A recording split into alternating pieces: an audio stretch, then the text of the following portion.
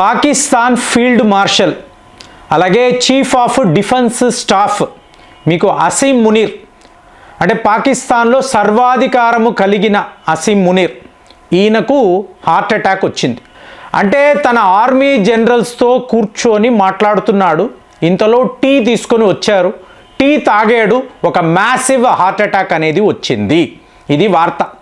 ఈ వార్తలు మీరు పాపులర్ మీడియా అంటే మన టీవీ ఛానల్స్ అనండి, వార్తాపత్రికలు ఎక్కడా కూడా మీకు కనిపించవు. మేబీ ఈ వీడియో మాట్లాడుతున్న టైంలో మీకు పాపప్ అవ్వచ్చు.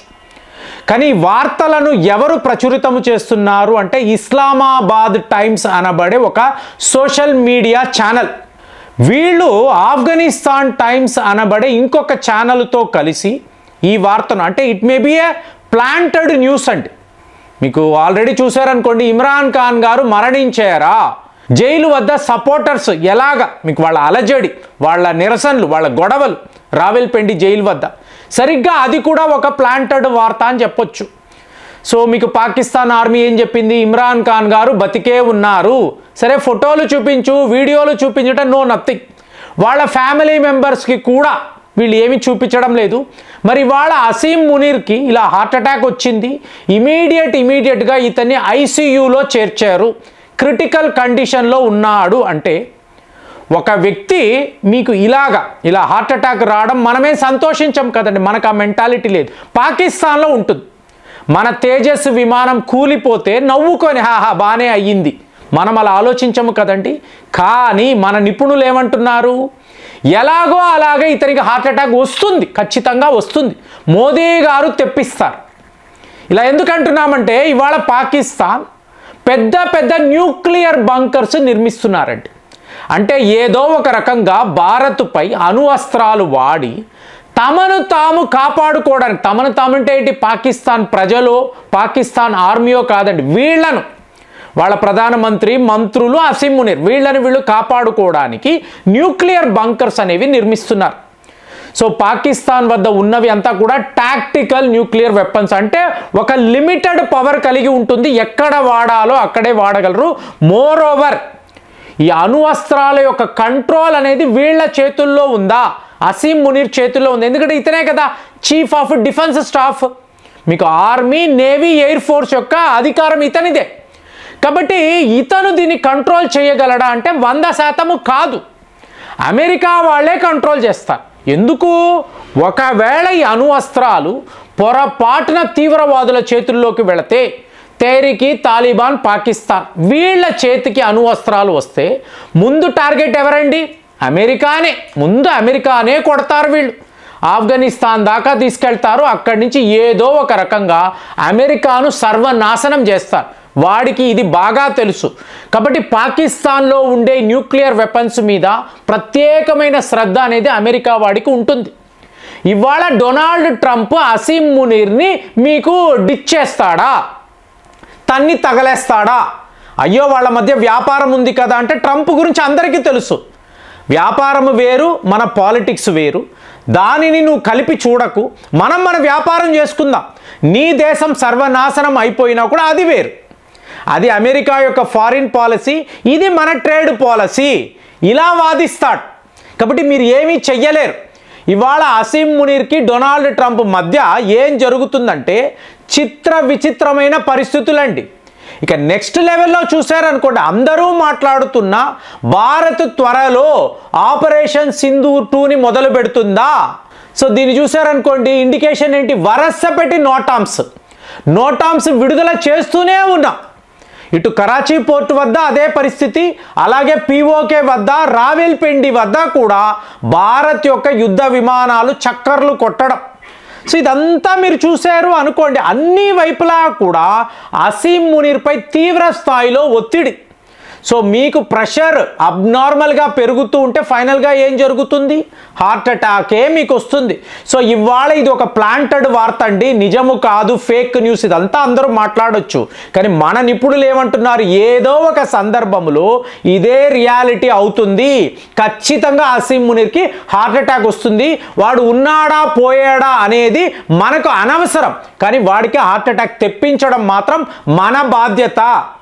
అంటే ఇక్కడ శత్రువు అవ్వచ్చు, కానీ యుద్ధంలో కాదు కదా. ఇప్పుడు మనం అదేగా ఆలోచిస్తాం. యుద్ధంలో వాడు చనిపోయాడు అనుకోండి, వీర స్వర్గము, ఓకే, నో మెర్సీ మాట్లాడతాం. కానీ ఇప్పుడు ఇతను జెన్యూన్గా ఒక ఇబ్బందిలో ఉన్నాడు అనుకోండి, అయ్యో పాపమని మనం అనాలా? మీకు అలా అనిపిస్తుందా? మన యుద్ధ నిపుణులు నో అంటున్నారు. ఎందుకంటే ఈరోజు కూడా వాడు మనపై ఒక ప్రాక్సీ యుద్ధాన్ని నడిపిస్తున్నాడు. భారత్పై ఎన్నెన్ని కుట్రలు చేయాలో చేస్తున్నాడు. మీకు బంగ్లాదేశ్ అనబడే దేశాన్ని వాడుకుంటూ ఈసారి భారత్పై దాడులు ఈస్ట్ నుంచి రాబోతున్నాయి అంటే అక్కడ వాడు తీవ్రవాదులను రెడీ చేసి వాళ్లకు ఆయుధాలను ఇచ్చి, మరి ఇక్కడ కూడా మరణాలు ఉంటాయి కదా, ఆల్రెడీ చూసాము కదా. అలాంటప్పుడు ఈ అసీం మునీర్ అయ్యో పాపం మనం అనుకోకూడదండి. వాడు పోయాడు అంటే భారత్లో పండుగ చేసుకోవాలి. ఎందుకు? వీడు ఒక నేషనల్ థ్రెట్, మన సెక్యూరిటీకి వీడు చాలా చాలా ప్రమాదకరమైన వాడు. కాబట్టి వీడు పోవడమే మంచిది అంటే ఇంతకుముందు మనం ఎప్పుడు ఇలా ఆలోచించమండి, అయ్యో పాపం అంటాం. ఇప్పుడు అలా కాదండి, మన తీరు మారిపోయింది. అసీం మునీర్ పోతే, హార్ట్ అటాక్లో ఐసీయూలో వీడు పోతే మనకు మంచిది. సో మనకు చాలా చాలా మేలు జరిగినట్టు. కాబట్టి వీడు ఉండకూడదని ఇవాళ మనం మాట్లాడుతున్నాము. సో ఇదంతా మీరు చూసారనుకోండి, మీకు డొనాల్డ్ ట్రంప్ ఒక ప్లాన్ వేశాడు. అతనికి భారత్ మీద ద్వేషం ఉంది. ఎందుకంటే మనం లొంగలేదు, అతన్ని పొగడలేదు, నువ్వు చాలా గొప్పవాడివి బాస్ అని అనలేదు. ఈ కోపాన్ని అంతా ఏంటి పాకిస్తాన్ ద్వారా అతను తీర్చుకోవాలనుకున్నాడు, అంతే కదా. సో దానికి ఎలాంటి మీకు కార్డ్స్ వాడాలో వాడాడు. అసీం మునీర్ కూడా దొరికిపోయాడు. వ్యాపారం కోసం పూర్తిగా ఇతనితో లావాదేవీలు అన్నీ చేశారు. ఇవాళ ఏంటి పాకిస్తాన్ ఒక మెట్టు ఎక్కువ, అంటే వరుస పెట్టి అబద్ధాలే కదండి, పాకిస్తాన్ అంటేనే అబద్ధాలు. అలాంటిది ఫైనల్గా ఏం చేశాడు, మీకు మా దేశం నుంచి పెట్రోల్ వస్తుంది, దానిని విప్పిస్తాము. రేర్ ఎర్త్ మెటల్స్ మీకు గ్వాదార్ పోర్ట్ వద్ద దొరుకుతుంది, అక్కడ ఒక మిలిటరీ బేస్ పెట్టుకోండి. అలాగే ఒక ఐలాండే నిర్మిస్తాం నీ కోసము, ఒక విడి ఐలాండ్ అని అమెరికాకు వీళ్ళు కళ్ళబొల్లి కబుర్లు చెప్పారు. అమెరికా వాడితో అంటే ఆషామాషి వ్యవహారమా? వాడు ఏ రోజు ఏ దేశానికి ఎటువంటి మేలు చెయ్యడు. సో వేసేదంతా కుక్క బిస్కెట్లే. అసీం మునీర్కి కుక్క బిస్కెట్లు వేశాడు. ఫైనల్గా ఇప్పుడు పని అయిపోయింది.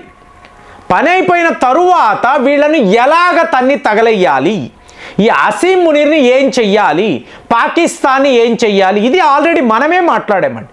మీకు రష్యా అధ్యక్షుడు వ్లాదిమిర్ పుతిన్ మీకు భారత్ రావడము, సో ఇతను మోదీతో ఈ సీక్రెట్ డిస్కషన్స్ అయిపోయాయి. ఇదంతా గమనించిన అమెరికా మనము పాకిస్తాన్ వైపు ఉండడమే పెద్ద పొరపాటు అంటే ఓపెన్గా చెప్పరు కదండి. ఇప్పుడు ట్రంప్ చెప్తున్నాడు, నువ్వే గ్రేట్ ఫీల్డ్ మార్షల్, ఈ ప్రధానమంత్రి ప్రపంచంలోనే అత్యుత్తమమైన వాడు, ఇవన్నీ చెప్పావు కదా, దీని రిజల్ట్స్ ఎలా ఉంటాయో చూడు. ఇది మోదీ బుర్రలో పరిగెడుతున్న విషయం. ఈ పాకిస్తాన్ కాదు, ఈ డొనాల్డ్ ట్రంప్ అంతు చూడాలి అంటే నిన్న మాట్లాడాం, డాలర్ పతనమే అమెరికా పతనము. ఇది మేము చేసి చూపిస్తాం. మా వైపు రష్యా ఉంది, చైనా ఉంది, మేము ముగ్గురము కలిసి ఈ పని చెయ్యగలము. సో దీనికంతా మూలాలు ఎక్కడ అంటే పాకిస్తానే కదండి, అంతే కదా. సో పాకిస్తాన్ వాడు ఒక తీవ్రవాది మరణిస్తే వీళ్ళ కమాండర్లు జనరల్స్ వెళ్ళి అక్కడ సంతాప సభ పెట్టుకుంటున్నారండి. ఇదే జయశంకర్ గారు అంటున్నారు, ఒక తీవ్రవాది చనిపోతే వీళ్ళ సైనికులు వెళ్ళి అక్కడ ఫ్రంట్ సల్యూట్ అంటే తేడా ఉందా? పాకిస్తాన్ ఆర్మీకి తీవ్రవాదానికి తేడా ఉందా? లేదు కదా. కాబట్టి వీళ్ళలో ఎవరు మరణించినా ఎవరు పోయినా కూడా ప్రపంచానికి మంచిది.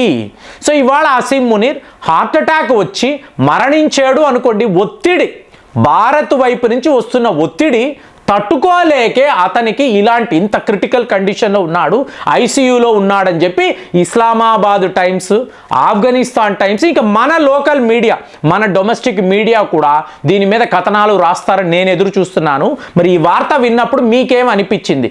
వీడు ఉంటే ఎలా ఉంటుంది, పోతే ఎలా ఉంటుంది, మీరేం ఆలోచిస్తున్నారు? కామెంట్స్లో రాయండి. మళ్ళీ వచ్చే వీడియోలో కలుద్దాం. జై హింద్.